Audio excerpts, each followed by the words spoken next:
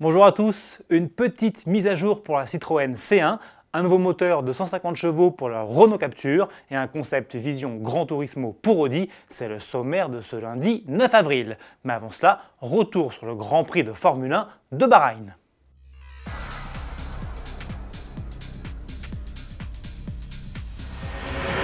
Et de deux. Après s'être imposé en Australie lors du premier Grand Prix de la saison, Sébastien Vettel a remporté hier à Bahreïn sa deuxième victoire en deux courses. Parti en pole position, le pilote Ferrari a opté pour une stratégie à un seul arrêt. Il est revenu au stand dès le 18e tour et a troqué ses pneus super tendres contre des gommes tendres. Un pari risqué mais payant. Malgré l'usure de ses pneumatiques, dans le dernier tour, l'Allemand a su résister au retour de la Mercedes de Valtteri Bottas pour signer sa 49e victoire en 200 Grands Prix disputés. Le podium est complété par Lewis Hamilton, rétrogradé à la 9e place sur la grille de départ pour avoir changé de boîte de vitesse. Le champion du monde britannique a limité la casse en remontant 1 à 1 ses concurrents et en profitant aussi de quelques abandons. Kimi Räikkönen notamment a dû se retirer après avoir gravement blessé l'un de ses mécaniciens lors d'un arrêt au stand. La 4e place est-elle revenue à la Toro Rosso du français Pierre Gasly, superbe de panache et de solidité. Rendez-vous dès dimanche prochain pour le Grand Prix de Chine. On poursuit avec la Citroën C1 qui, en ce printemps 2018, profite d'une légère mise à jour. La marque annonce notamment l'arrivée de nouveaux chevrons et d'un nouveau monogramme Citroën à l'arrière. À bord, de nouveaux garnissages et d'inédits décors de planches de bord font également leur apparition.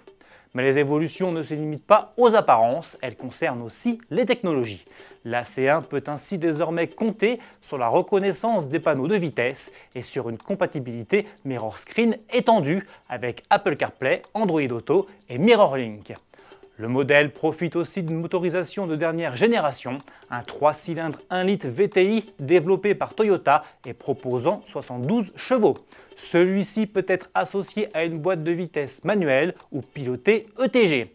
La nouvelle C1 débute sa carrière commerciale avec deux séries spéciales. Il y a l'édition L, proposée à 14 950 € avec ses jantes 15 pouces, sa teinte biton et sa planche de bord rose, et l'édition Urban Ride, caractérisée par son côté baroudeur, ses élargisseurs d'ailes et son intérieur orangé.